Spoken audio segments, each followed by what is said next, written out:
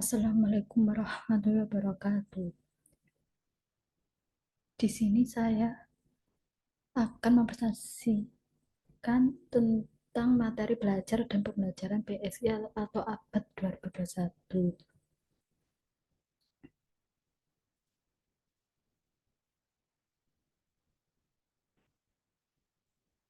Nah, di sini pengertian belajar menurut para ahli yaitu satu menurut B.F. Skinner, yaitu mendefinisikan bahwa belajar merupakan dari suatu proses beradaptasi atau penyelesaian tingkah laku yang berlangsung secara progresif.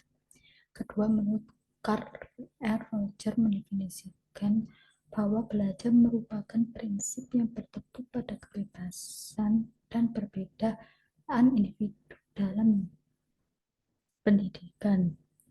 Peserta didik akan lebih mengenal dirinya, menerima diri sebagaimana adanya sehingga merasa bebas dalam memilih dan berbuat menurut individualitas dan penuh tanggung jawab.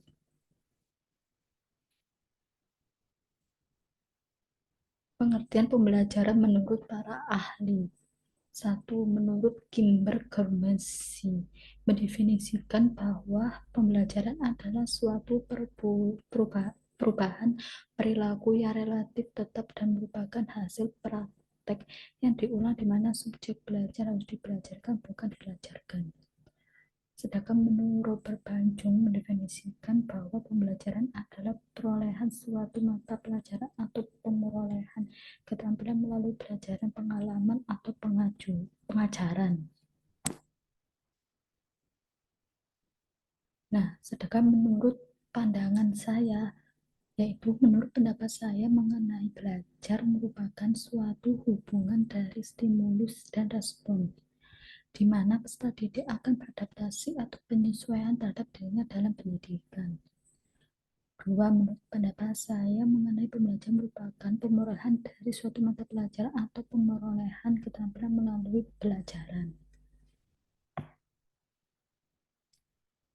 Nah, di dalam belajar dan pembelajaran abad BSI atau abad 2021 itu ada macam-macam hasil belajar, yaitu satu, keterampilan dan kebiasaan. Kedua, pengetahuan dan pengertian. Dan ketiga, sikap dan cita-cita.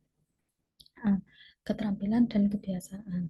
Satu, keterampilan merupakan suatu kecakapan dalam melakukan segala tugas tertentu yang diperoleh dengan cara berlatih terus-menerus, sehingga keterampilan itu dapat dikuasai oleh peserta didik dalam hasil belajarnya.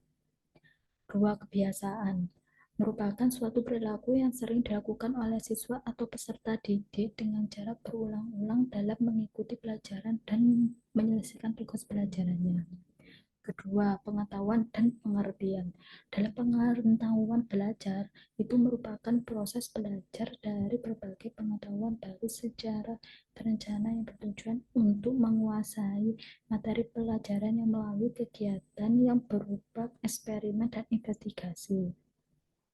Dan kedua, pengertian dalam belajar, yaitu merupakan proses atau upaya yang dilakukan setiap individu dalam mendapatkan suatu perubahan tingkah laku siswa, baik dalam bentuk pengetahuan, keterampilan, sikap, dan nilai positif sebagai suatu pengalaman dari berbagai materi yang telah dipelajari. Yang terakhir, sikap dan cita-cita. Sikap adalah perilaku yang muncul dari diri siswa dalam menanggapi maupun merespon dalam kegiatan belajar mengajar yang terjadi. Apakah siswa antusias dan bertanggung jawab dalam kesempatan belajar yang telah diberikan kepadanya. Kedua, cita-cita merupakan suatu keinginan atau harapan siswa dalam mendapatkan suatu impian yang ingin dicapai. Dengan melalui proses kegiatan belajar mengajar sehingga siswa dapat semangat untuk belajar dan terus mengejar semua impian atau harapan yang ingin mereka capai.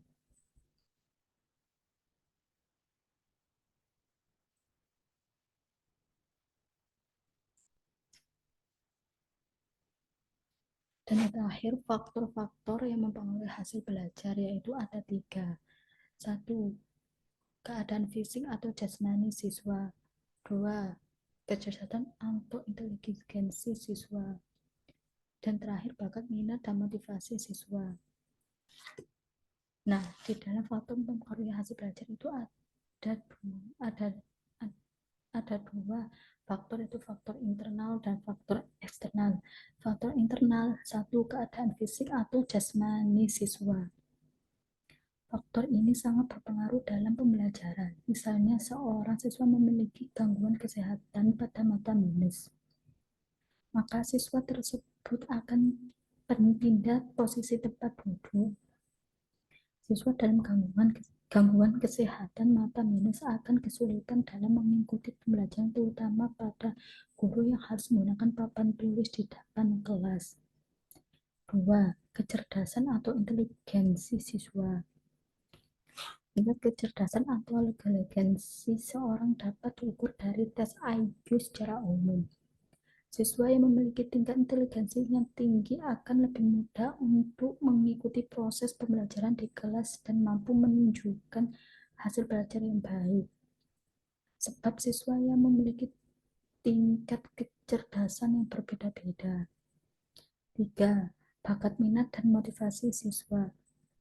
Bakat dan minat individu dari setiap siswa yang memiliki tingkat kecerdasan logis matematis yang sangat kuat, maka siswa itu akan lebih cenderung untuk mudah memahami materi pembelajaran matematika. Ia semakin mudah memahami materi pembelajaran, maka semakin besar pula semangat dan motivasi untuk belajarnya. Sedangkan siswa dengan kecerdasan yang menonjol, mungkin siswa kurang tertarik pada pelajaran dalam matematika. Dan kedua, faktor eksternal itu dibagi menjadi 3 bagian, yaitu sekolah, keluarga, dan sosial masyarakat. 1. Sekolah. Seorang guru atau pengajar atau pendidik yang terlibat langsung dalam proses belajar mengajar di kelas. Faktor ini dapat mempengaruhi hasil belajar siswa, dan dari segi kurikulum, metode pembelajaran yang akan diterapkan di kelas turut mempengaruhi proses dan hasil belajar siswa, serta nilai-nilai budaya yang dapat mempengaruhi hasil belajar dari siswa. Begitupun dari fasilitas di sekolah tersebut bisa menunjang sebagai proses dari hasil belajar siswa, seperti media pembelajaran dan lain sebagainya. Keluarga. Peran orang tua atau keluarga sangat berpengaruh dalam proses dan hasil belajar. Jika siswa tumbuh dalam keluarga dan kesadaran belajar yang tinggi, memiliki peluang agar lebih sukses dalam proses belajarnya. Banyak faktor dan juga beragam latar belakang dalam mempengaruhi dukungan keluarga pada proses belajar siswa, seperti cara pengasuhan orang tua, keadaan ekonomi, dan konflik keluarga dapat mempengaruhi hasil belajar siswa juga. Dan yang terakhir, sosial masyarakat. Di dalam sebuah kultur sosial masyarakat, tentu juga dapat mempengaruhi generasi mudanya. Begitupun dengan masyarakat yang dekat dengan buku, seperti menumbuhkan anak-anak yang gemar untuk membaca buku. Nah, maka dari itu seorang guru, pendidik, ataupun pengajar harus menjadi teladan bagi anak-anak agar dapat mempengaruhi dalam prestasi dari belajar siswa.